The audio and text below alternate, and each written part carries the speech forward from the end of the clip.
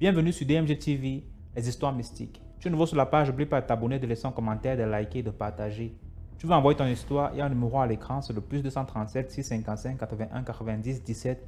Envoie ton histoire par WhatsApp, par note vocale et on va jouer ici sur YouTube. On poste 10 histoires tous les jours sur YouTube à 12h00. La chaîne YouTube c'est DMG TV. On va écouter aujourd'hui 10 histoires mystiques. Je vais vous demander s'il vous plaît de me dire d'où vous écoutez la vidéo en commentaire. Donc, partagez la vidéo, on ne sait jamais qui peut avoir besoin de cette vidéo, si ces conseils. Et si vous avez un message à passer à qui raconte une histoire, faites-le en commentaire en précisant les hashtags, c'est-à-dire que H3 pour dire histoire numéro 3, je pense que, histoire numéro 5, histoire numéro 6.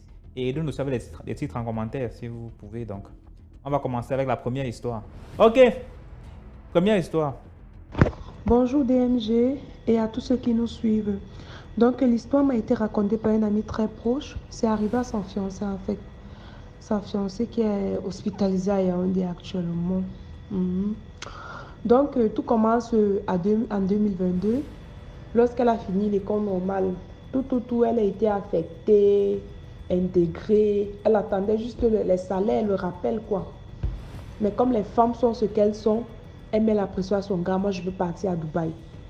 J'ai une amie là-bas, elle va m'aider. Je vais partir enseigner le français et ça paye beaucoup plus là-bas. Comme toute femme, elle a mis la pression. Le gars a fini par réaliser ce qu'elle voulait. Donc, elle est arrivée sur Dubaï. Elle n'avait même jamais vu l'ami en question, car c'est une voiture personnelle qui est venue la chercher à l'aéroport. Ok. Et elle est partie, elle a bien commencé le travail. Elle a bien commencé à enseigner le français dans une famille arabe. Au bout de 1 mois, 2 mois, l'homme de la maison commence avec les avances. Tu es belle, je vais faire ceci pour toi. Laisse le travail, je vais te payer le salaire et en double. Je vais te louer un appartement. Oh, ceci, cela. La vie facile, non. Elle a accepté. Ils ont fait les manœuvres. Ils ont jonglé la femme de la maison. Non, j'ai trouvé un autre travail, je m'en vais. Elle est partie avec le gars. Il avait effectivement loué une maison, un appartement, tout ça. C'est quand elle est entrée qu'elle a su que c'était même pas équipé. Mais les maisons des Arabes ici, là, vraiment, vous connaissez, c'est comme les manoirs. Quand tu ancres là pour sortir, ce n'est plus possible. Hein. Il a fermé, prenez les choses, donne-moi ton téléphone. Bam, déshabille-toi. Elle s'est déshabillée. Le gars portait 2 bagues, d'après ses dires, sur son pénis. 2 bagues depuis 2022. Ça savait ça qu'il lui faisait de l'amour. Il faisait l'amour comme le chien, comme le chiffon. Je ne sais pas. Depuis des... Ouais, je n'aime même pas les mots parce que les photos qu'il m'a envoyées. Il lui faisait l'amour comme un chien. Parfois le sang sortait, parfois ça avait la bague, parfois ça avait sa main. Pour la nutrition même, c'est une fille du Nigeria qui la nourrissait par la fenêtre parce qu'elle n'avait pas le droit de sortir. Il y avait juste un trou là où elle pouvait mettre sa bouche et on la nourrissait. Donc c'est depuis 3 jours déjà qu'elle est arrivée au Cameroun dans un état vraiment profané, s'il faut le dire. Genre, fini, la nuit même est sortie. Et puis que, on lui demande donc comment tu as fait pour t'en sortir. Donc, c'est la fille nigériane qui lui dit que ouais, ma soeur, depuis des mois tu souffres ici là. Quand le monsieur va revenir, prends une bouteille cassable, casse ça sur son cou et tu t'enfuis. La fille dit non, il n'y a même rien ici à l'intérieur, il n'y a rien ici à l'intérieur. La fille nigériane dit ok, à telle heure, je vais t'apporter telle une bouteille. Tu prends ça toujours par cette fenêtre et tu fais la chose. Elle a apporté la bouteille comme prévenu, comme dit. Quand le monsieur est rentré, elle s'est cachée derrière la porte et elle a tapé ça sur sa nuque en fait. Pam, il est tombé.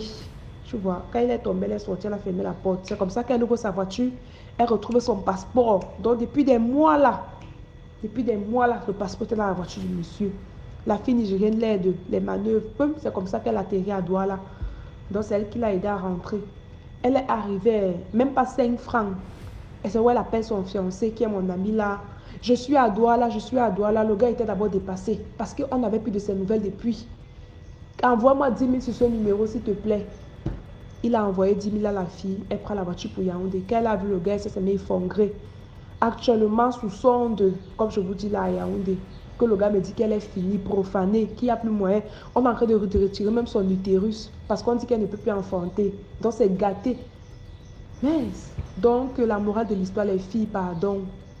la vie facile n'est pas bien. Moi-même, je vis ici à Dubaï. Je vous jure sur ma vie, je n'ai jamais entendu parler de ces choses. Pourtant, je vis ici depuis très longtemps. Il faut savoir ce que vous voulez dans la vie. Quand vous allez quelque part, faites ce que vous êtes venu faire. Si ça ne marche pas, rentrez. Ne cherchez pas ce que les gens disent, ce que les gens... Parce que moi, je suis ici, là, je suis même surprise. Ça fait 3 jours qu'il m'a raconté l'histoire. J'ai dit, mais moi, je vis ici à Dubaï. Et puis moi, j'ai jamais rien entendu. Tu sais que c'est ton travail, ta maison. Donc, c'était un peu ça. J'espère que j'ai bien raconté l'histoire. Bonne journée à tous. Merci beaucoup pour l'histoire. Maintenant, on va passer à la